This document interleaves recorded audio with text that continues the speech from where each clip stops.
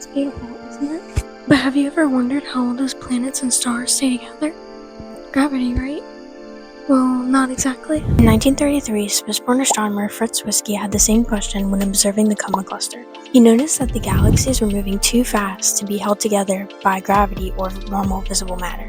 Then, in 1978, Vera Rubin saw while observing spiral galaxies that there was an unknown matter keeping the stars from moving faster as they got closer to the center. She thought that if there were more stars in the center of the galaxy, those stars would be moving more quickly. But this was not the case. The limited stars on the outside of the galaxies were moving at the same speed as the stars in the center of the galaxy. This was very odd and unexpected, and prompted her to believe that there was about 10 times as much unknown mass as there are visible stars.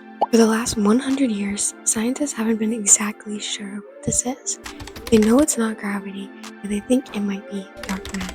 Not to be confused with dark energy, which is a whole other theory about the construct of our universe. Scientists estimate that dark matter may take up to 27% of our universe, while gravity may only take up 5%. I bet that's a lot less than you thought. Well, what is dark matter? Matter, obviously. However, unlike most matter, it doesn't interact with the electromagnetic spectrum, like light, making it completely invisible to our eyes. However, like most matter, it does hold mass and interact with other matter. Although dark matter doesn't directly interact with light, the gravity that it creates does, creating one of the leading evidences of dark matter, gravitational lensing. Scientists often describe space as a fabric, and gravity can bend that fabric, creating warps. These warps can affect light. Any matter in space creates a warp in space-time, even dark matter. For dark matter, the light waves coming from distant galaxies are reflected in the warp, creating a distorted view of the galaxy to Earth.